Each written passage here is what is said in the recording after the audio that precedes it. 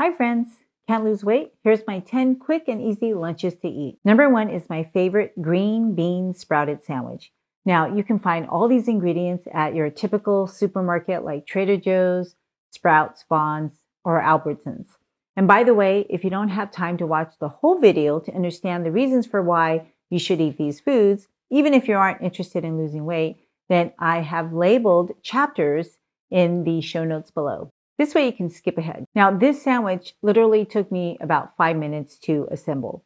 Basically, I spread a bean dip like hummus or refried beans on each side of a slice of bread, actually 2 slices of bread, same as you would do with peanut butter. Now, I premix my favorite spice blends and herbs to this hummus, and that's why it is speckled. You can choose whatever spices you want, but just be careful not to put added salt, as store-bought items are often already quite salty. Keep in mind, excess sodium not only increases your blood pressure, but it can also increase the risk of gastric cancer, and it can increase your own internal production of fructose.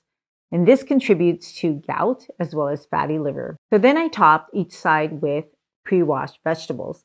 Now I put roughly 1.5 to 2 cups on each side.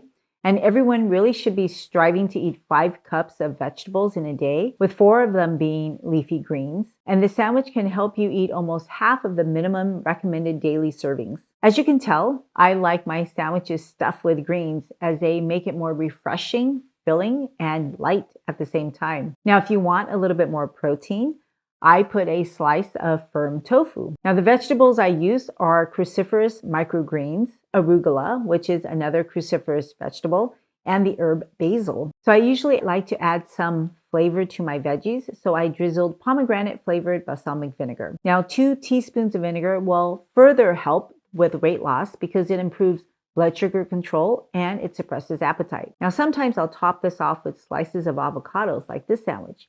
Avocados add a creamy texture, and I purposely insert it in between greens so that my mouth feels that creaminess in between the fibrous greens. This way the sandwich doesn't have the texture of a pile of grass. And don't forget, if you're an onion person, red onions are the way to go. And if you like it even spicier, fresh peppers, which can also further help with weight loss, as well as improve irritable bowel issues. Now, many spices actually have been shown to aid in improving weight loss and inflammation. And so you can just experiment and put whatever you like. Onions also have extra anti-inflammatory molecules like quercetin that synergistically work with vitamin C to boost immunity and energy. And lastly, carefully close the sandwich and squish it with the palm of your hand so it fits in your mouth. Now, there are 2 kinds of convenient go-to beans that I use to spread on my bread: hummus or refried canned beans. Now, I like beans because they are packed with protein. They are also creamy, and they have been shown to have a post-meal effect or a second meal effect where the beans continue to help with weight loss even though you aren't eating them. And this is because they're packed with fiber to feed the gut microbiome.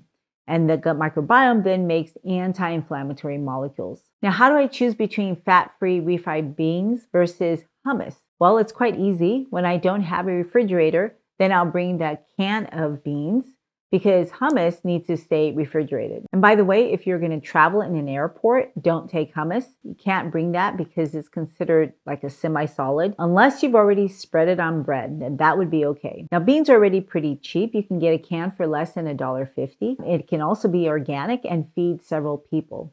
But of course, making your own beans from dry beans as well as hummus from scratch will save you a ton of money, but it just takes a bit of prep time. And if you're busy like me, you don't have a lot of time, and I really don't like spending my time cooking, so that's why my meals are pretty quick and simple. Sometimes I'll just open refried beans and microwave it for about a minute while my bread is toasting. During this process, this is when I'm going to rinse my vegetables, unless I've already done them prior, like in my meal prep video. Now, delicate vegetables like what I have in this sandwich, the microgreens, the sprouts, the mince, arugula, I generally don't like to pre-wash them because they can easily spoil when they're wet. But spending those extra few minutes to thoroughly wash your vegetables right before you eat them is worth it because you can prevent food poisoning.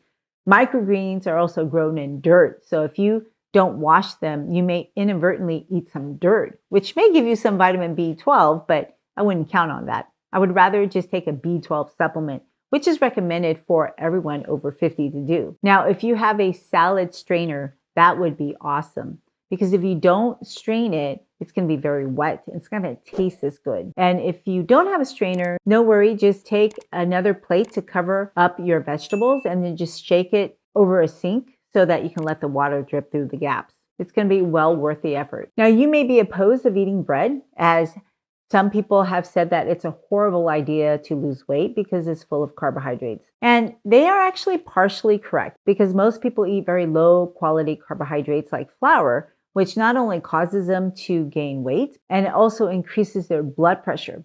And this is because the carbohydrates they eat are highly salted bread with added fats like dinner rolls and pizzas. Now, my sandwich has roughly 51 grams of carbohydrates and a total of 420 calories if it was half hummus and half refried beans.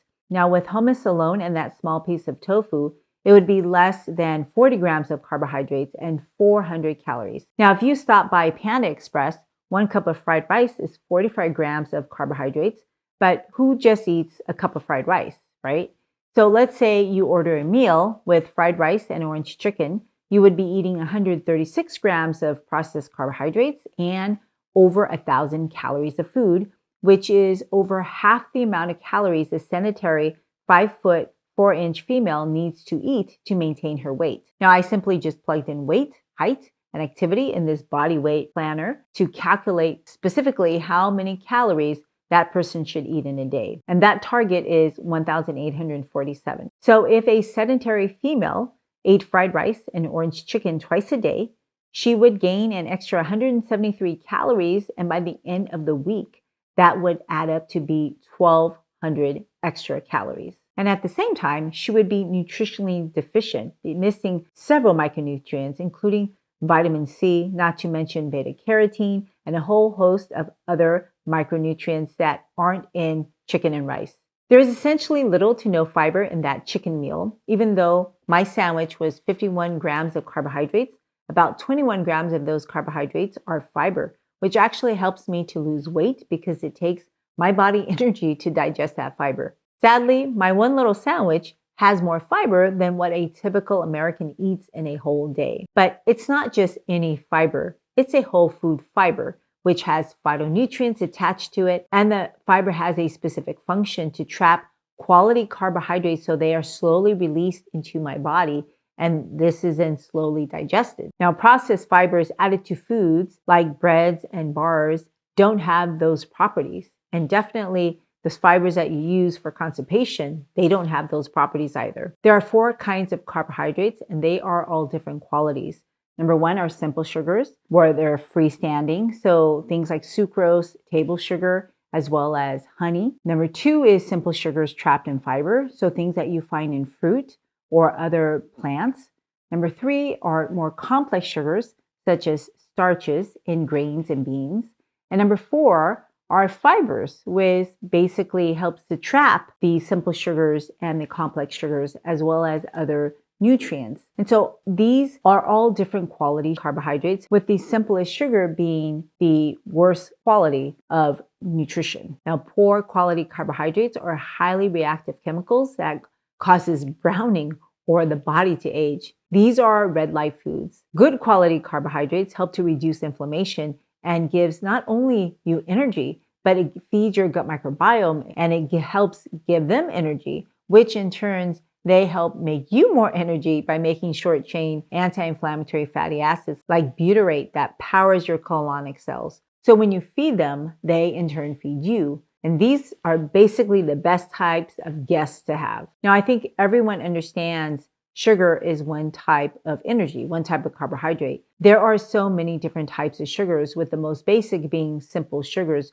which all have different gradients of tasting sweet. There is glucose, fructose, galactose, sucrose, and lactose. People can also purify them and use them as ingredients that aren't naturally found in nature. So this is how we make desserts or sauces or pastries. A can of soda, let's say, has 10 teaspoons of added cane sugar, sucrose, or it can have fructose. These days, sodas are made with high fructose corn syrup. And by the way, diet soda is horrible for weight loss because you're tricking your metabolism to expect sugar and it doesn't come. So then with the next meal, when you're eating sugar, it over responds to it. It secretes more insulin. Then it gets your sugars actually lower because it's over secreting your insulin. And then this in turn makes you hungrier. So you end up eating more calories. Now, if you like dairy milk, it has lactose. That is a sugar made out of galactose and glucose. And most people can't digest that sugar because they lack an enzyme called lactase. So they feel horrible when they drink or eat anything with lactose. And they feel like their guts are exploding inside. That is actually how I feel. And I became lactose intolerant in my 3rd semester. I remember it vividly. It was at a kids' camp. And I was stuck in the toilet after eating some camp ice cream. That was a really bad mistake. And honestly, I thought I was going to pass out, and I felt worse than being in labor and delivery. At least at the end of labor and delivery, you get a cute prize, a cute kid. When you are lactose intolerant, all that does is give you more inflammation and a burning butt. Now, even if you took lactase to help you digest that lactose, it's not going to change the fact that the foods with lactose are generally not considered healthy foods, as they can be quite inflammatory. So needless to say, I am dairy-free. But really, it's the added simple sugars that are red light ingredients because they are highly processed. Now, would you ever find pure sugar in the woods, like a packet of sucrose? If you did, that would be litter, right? You're not going to find that in the woods. These ingredients don't exist in nature because we aren't meant to eat food that way. And these are not good quality carbohydrates. They should be used sparingly and really to help you eat something better if you need to use them. However, in America, we're eating sugar as if it was a health food. People start drinking sugar in the morning when they add it to their coffee. And they end up using 17 teaspoons of added sugar in a day, which together adds up to 57 pounds of sugar in a year. And so if you don't work that off, added sugar will really add calories and add weight very quickly. Now, sprinkling a teaspoon of sugar to 5 cups of leafy greens, that's probably okay. If that's all you ate, that's great because it's helping you eat something healthier. Vegetables packed with anti-inflammatory nutrients. But when you drink a can of soda, that's over 12 teaspoons of inflammatory sugar with other inflammatory artificial ingredients. Now, even amongst the simple sugars, some are more harmful than others, like purified fructose. Sucrose or table sugar is half fructose. Now, here's a list of sugars that are high in fructose. Fructose in small amounts, like whole fruit, is fine, but when you eat pounds of it over weeks, months, and years, it gets converted to fat, which is trapped in your liver. So if you have fatty liver, avoid added fructose. Eat whole fruit fructose. Don't avoid those. Because when you eat whole food in a fruit, you're actually eating intact original fiber. With the fiber are phytonutrients, and the fiber itself traps the fructose. It steadies the rate of absorbing the caloric nutrients like the starch and the simple sugars, as well as the fat and proteins. In addition, your gut microbe can help you digest about 3 grams of fructose. Now, every food has good and bad ingredients, but it's really the ratio of the good versus the bad that makes the food better or worse. Now, when you're eating fruit, it has so much more good ingredients. It's full of water, it's nutrient dense with lots of phytonutrients, vitamins, minerals, and it has these fibers. This all helps you lose visceral fat, which is the best weight to lose. This bread is special because it is flourless. It is made out of 5 whole grains, beans, and lentils.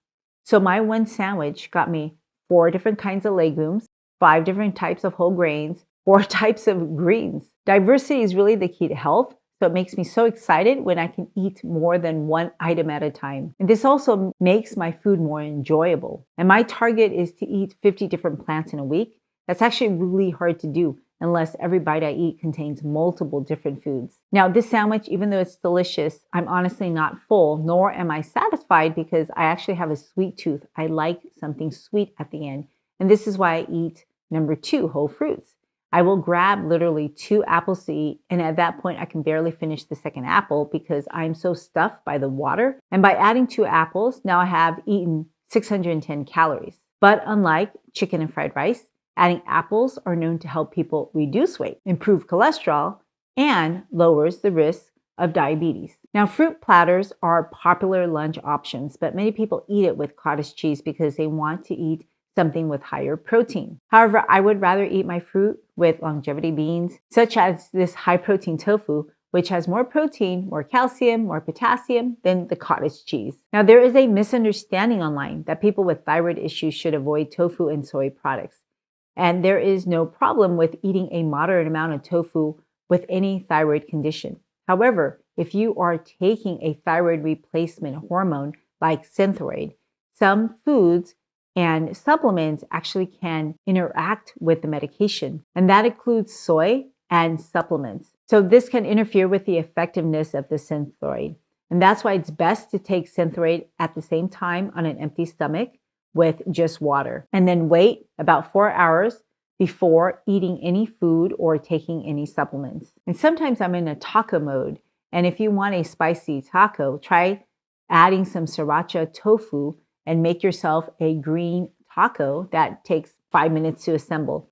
Now, if you watch my bread video, then you will understand how to choose the best whole grain tortilla to meet the 5-to-1 rule. 5 grams of carbohydrates to 1 gram of fiber. And to season it, I actually make a mango tomato salsa. At the same time, you can buy pre-chopped salad bag to add your greens. And just know that when people or machines make things convenient for you, it's going to just cost you money. If you do it yourself, you can save money, but you're going to have to spend some time. So I generally buy pre-made things that are more complex, but for simple vegetables, I will just buy it cheaper and then chop it myself. And don't forget, if you want an extra kick to your taco, add some mint leaves. Now, sometimes I don't really want a grainy meal and I want something lighter. And this is where I'll just eat a salad. But leaves by themselves are honestly very boring to eat. So I usually have to dress it up with some carbohydrates and proteins. And this is why I always eat my leafy green salads with beans and or grains, which is number 4. Now, the easiest salad dish is just to rinse up tofu and cut it up. You can warm it up and have it warm and boil it in like a little bit of a miso soup broth,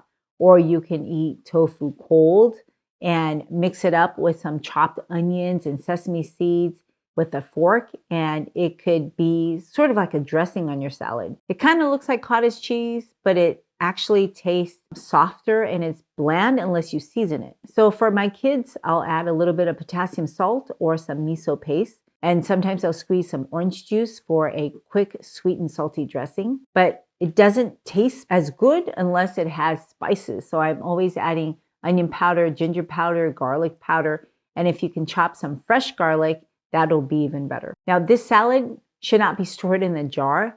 Tofu spoils really easily. So it's basically when you open it, you should eat it fresh. So number 5, you can make a bean salad that will help you meet the daily recommended servings of 3 cups of beans. Now, I usually will store beans, especially canned beans, because it is a time and money saver. And I'm going to open my beans and just rinse them under cold water, let it drain before I mix them all together to make a bean salad. Usually it's a minimum of 3 cans of beans, but I don't eat all 3 cans of beans. I can really only eat about a cup and a half at a time because the beans are just so filling. It has a lot of fiber. To this medley, I add chopped red onions.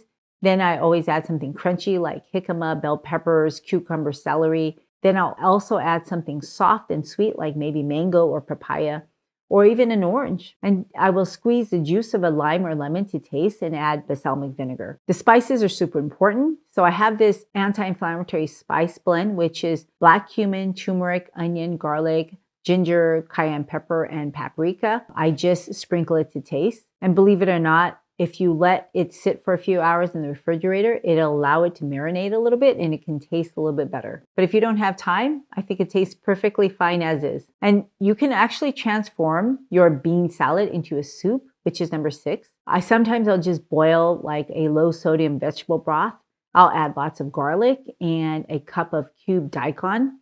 And to this, I'll just mix that bean salad and let the whole thing boil. And then I have myself a nice, hearty, warm lunch. Now, number 7 is a mason jar green salad, which you can bring to work. The vertical storage can help keep the ingredients separate until you're ready to eat. Just remember to put your liquid salad dressing on the bottom. You may want to make it in a small jar first. And what I do is I add balsamic vinegar, mustard, crushed garlic, cumin, black pepper, and a chopped date. And then I shake this really well. If I want the dressing thicker, I will put some ground flaxseed. It absorbs some of the water and it makes it a little bit thicker. So then I pour some of the dressing on the bottom, and then I will add to it some fruit. I like apple chunks soaked in lemon water so they don't turn brown. But turning brown makes the apples look ugly. But that's not really why I put lemon on it. Lemon has vitamin C, and apples have an enzyme called polyphenol peroxidase, which when exposed to oxygen destroys polyphenols. Polyphenols is really the reason why I eat the way I eat, to decrease inflammation. So if the polyphenols get destroyed, then my food doesn't have superpowers. Hence, if you prevent it from turning brown, you also prevent it from losing its superpowers. And it really, honestly, just tastes better when you have lemon or lime on an apple. You should just try that as dessert. It's actually very refreshing. If you, however, want to pre-make a salad, then make sure you put the greens on top and you put the wetter stuff on the bottom. When you put the wet stuff on the bottom, the things that are not going to be as sensitive are beans, and then grains would be the next. And then you would add the leafy greens on top of that, just to kind of keep those leafy greens to stay fresher longer. Now, number 8 is a healthier Caprese salad. You know, I love the tomato, basil, and vinegar. It makes every dish taste so refreshing. Did you know that the Caprese salad was supposedly invented by a patriotic Italian Mason after World War I? He wanted to create a dish that honored the Italian flag, and hence the colors red, white, and green. But it didn't really take off until 30 years later when the Egyptian king Farouk, he loved his refreshing Caprese salad. Now, I am not a cheese fan, so I substitute the mozzarella with slices of tofu for basically health reasons. And first and foremost, like most of the world, I'm lactose intolerant. So even when I wasn't lactose intolerant, I never liked the taste of cheese. But most Asians, unless they were occupied by a European country, didn't grow up with cheese. As an infectious disease doctor, I also think cheese is a bit of a risky food to eat for several reasons, especially soft cheeses. Now, Caprese salad is made out of mozzarella cheese, which is considered a semi-soft cheese. Soft cheeses in general are easily contaminated with bacteria, such as Listeria monocytogenes. Therefore, it's recommended that all pregnant and immunocompromised people should avoid soft cheeses. There's over 2,000 cheeses around the world with varying degrees of salt and fermentation. Mozzarella is really not fermented long compared to hard cheeses. Now, each cheese is unique with different amounts of protein, bacteria, fat, and water ratios. However, all cheeses are considered to be calorie-dense foods. So this is not a food to eat if you're trying to lose weight, as just a little bit, just a wedge the size of my thumb can be 120 calories, and it's full of fat. And the body can't process both fat and carbohydrates at the same time. So when you eat fat, whether that's saturated or unsaturated fat like vegetable oils with sugar, you delay your rise in blood sugars, but you don't prevent the rise. Take a look at this graph. This study looked at 6 men with diabetes with an average hemoglobin A1C level of 6.2, and they had diabetes for roughly almost 2.5 years. And when you eat fat on an empty stomach, you slow down how quickly your food will pass through your stomach. So if you're having reflux, eating a fatty meal will make more of your food stay in your stomach. If you dilute that fat with water, you could reduce the amount of time your food stays in your stomach. Now, on the internet, you have a ton of people and influencers that recommend eating fat with carbohydrates to reduce your blood sugars higher than when you just ate water and oil. So let's see what happens. These people ate mashed potatoes, and then they were given either oil with water or just water. Now, at 2 hours, the blood sugar with just oil is lower than the diet with water and oil. But if you keep checking past 2 hours, the blood sugar starts rising higher at 2 hours and 30 minutes and is still high at 3.5 hours. There's also a delay in the rise of insulin. So basically, you can't outrun a bad diet. And if you're eating simple carbohydrates, eating fat does not prevent your blood sugar spikes. You just get them later. Saturated fat is the worst culprit of all, and it will make your blood sugars rise higher because it shuts off glucose metabolism by being a toxin to mitochondria. Saturated fat easily just goes into the muscle and liver cells and are toxic to those cells when they build up. And we know this because when we infuse fatty acids into people, their liver enzymes can skyrocket. This is telling us that the liver is getting damaged. Now, scientists have also infused saturated fats, and it has shown that it can marbleize human muscle tissue, kind of like Kobe beef. And this is not good. This means that the person is getting insulin resistant. So if you're eating marbleized meat, that animal has insulin resistance. Saturated fat can also harm the pancreas, inhibiting it to secrete insulin, which leads to insulin-dependent diabetes. And when you don't eat carbohydrate, everything seems great. Your labs are perfect with low insulin, with low blood sugars. But once you eat carbohydrates, you won't be able to process them because your pancreas may not be able to make insulin, and your muscles won't be able to absorb the glucose if there isn't insulin. Do you see how some people can get a false sense that they are healthy? So by eating more fat, people actually get more insulin resistance. And by eating more carbohydrates, even simple carbohydrates, people get more insulin sensitive. This study tested people without diabetes. This paper split 23 male medical students to 4 groups with 4 diets. Group 1 got a pretty good quality high protein diet with lean meat and egg whites. Group 2 got a high-fat diet with oil, mayonnaise, cream, and butter. Group 3 actually got nothing to eat, so they were fasted for 2 days. And Group 4 got a high-carbohydrate diet with oats, brown rice, potatoes, fruit, bread, candy, syrup, and pastries. Pretty much a mixture of good and low-quality carbohydrates. Then all 4 groups were given a sugar challenge after 2 days. This is known as a glucose tolerance test.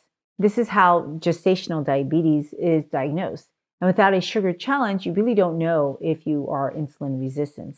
And now look at this graph. The people who fasted had the highest glucose levels, followed by the people who ate primarily fat. And surprisingly, the people who ate the high carbohydrate diet, they had the best blood sugars. So this means if you're going to get a glucose tolerance test, don't do it after fasting. This was actually only 2 days. And again, people who fasted and ate high fat had the highest blood sugar rise. I'm not saying that eating a high carbohydrate diet is healthy. In fact, eating processed low quality carbohydrates has been shown to promote long-term cardiovascular diseases despite requiring lower amounts of insulin. The study does, however, show that the metabolism of carbohydrates, even with just 2 days of eating high-fat meals, can be ruined. And fat appears to be the driver in insulin resistance, as shown in this paper that randomized those with type 1 diabetes to eat a low-fat and high-quality vegan diet versus a restricted calorie diet. The low-fat vegan diet reduced the participants' need of insulin by 28% and actually increased their insulin sensitivity by 127%. Now, this probably doesn't make sense to you because everyone on the internet is saying,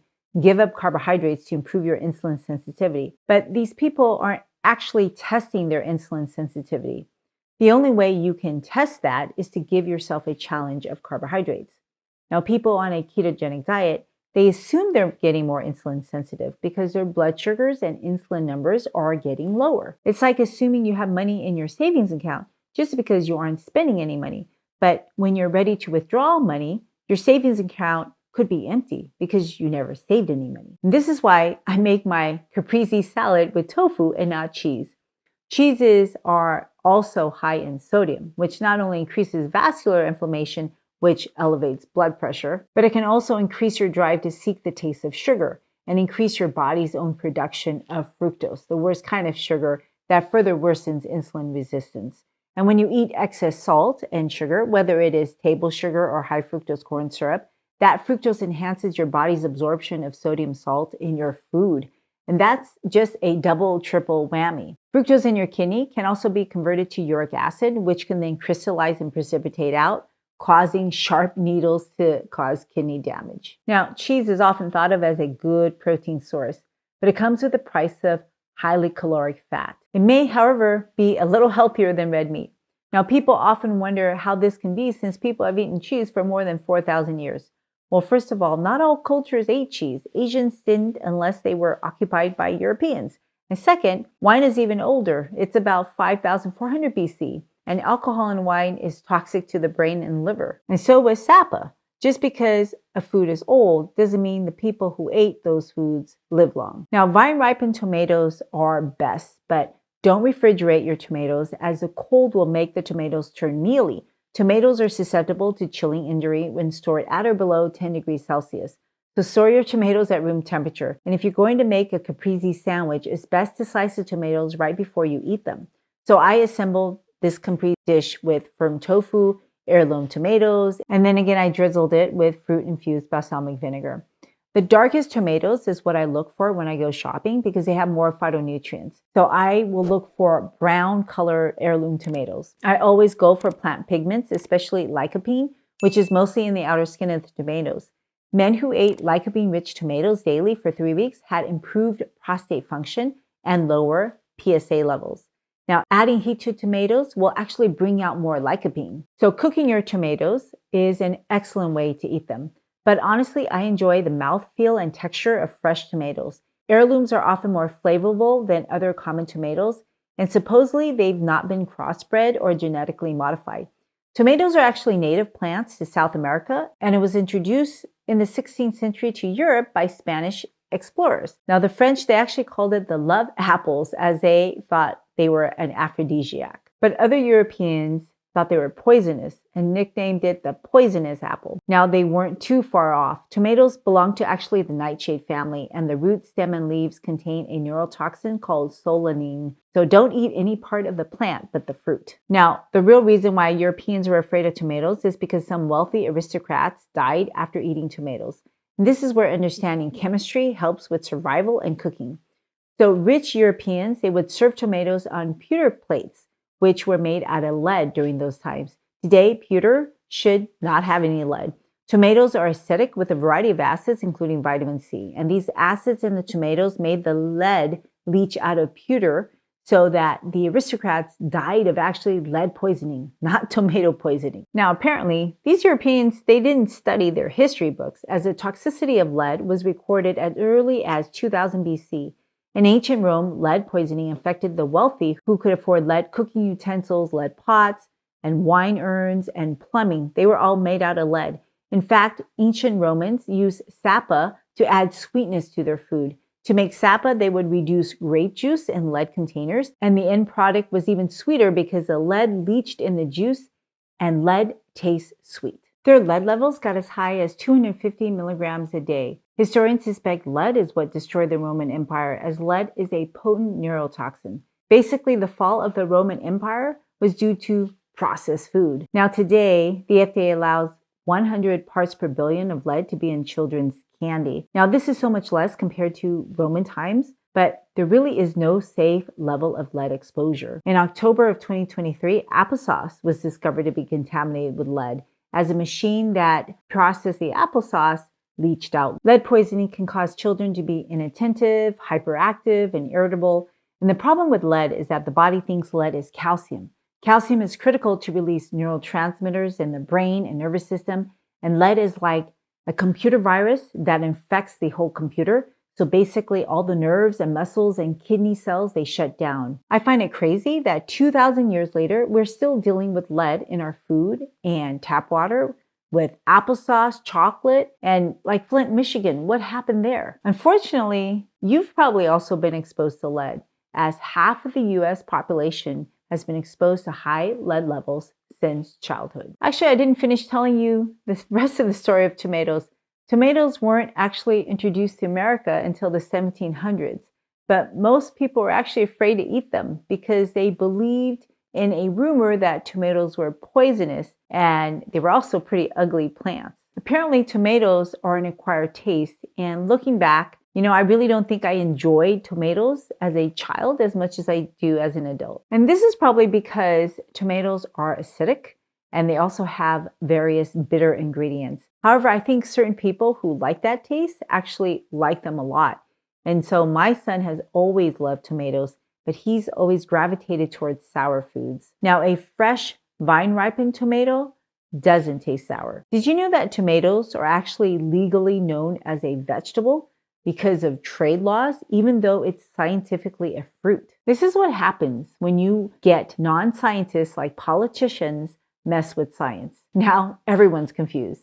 Now, lots of people like to eat dressing, and if you're trying to lose weight, cutting out the processed oils and fats is a key. You can, however, eat in moderation whole foods that have good fats, like nuts and seeds, to get your essential omega-3 fatty acids. This also adds texture and flavor to your salad. And in fact, whole foods, like whole nuts, has actually been shown to help people reduce their weight. unlike eating processed oils. And much of that is due to the fiber content, the whole food fiber. So even though you may eat 10 grams of nuts, you're probably only absorbing 6 of those grams, and the rest is just get flushed out in the toilet. Now, if you want to add some oil, I think it's okay. Just measure it out. 1 tablespoon is 119 calories, and it's pretty much pure fat. So if you're trying to lose weight, adding any kind of purified oil is just going to make it harder for 2 reasons. First, that oil is calorically dense. Just 1 tablespoon has more calories than 1 apple. It also has more calories than half a cup of refried beans. So if you had 2 tablespoons of oils, you would have more calories than an apple and a half a cup of refried beans. And which one is going to get you full, right? Eating the apple and refried beans as opposed to just eating 2 tablespoons of oils. But I understand that salads, they just taste more palatable with a little bit of oil. So instead of a tablespoon, you can just use a teaspoon. And just by doing that, you just shaved 80 calories. But you can also counteract some of the added fat by powering your metabolism to burn that fat. And if you want to know more about how to do that, watch the next video.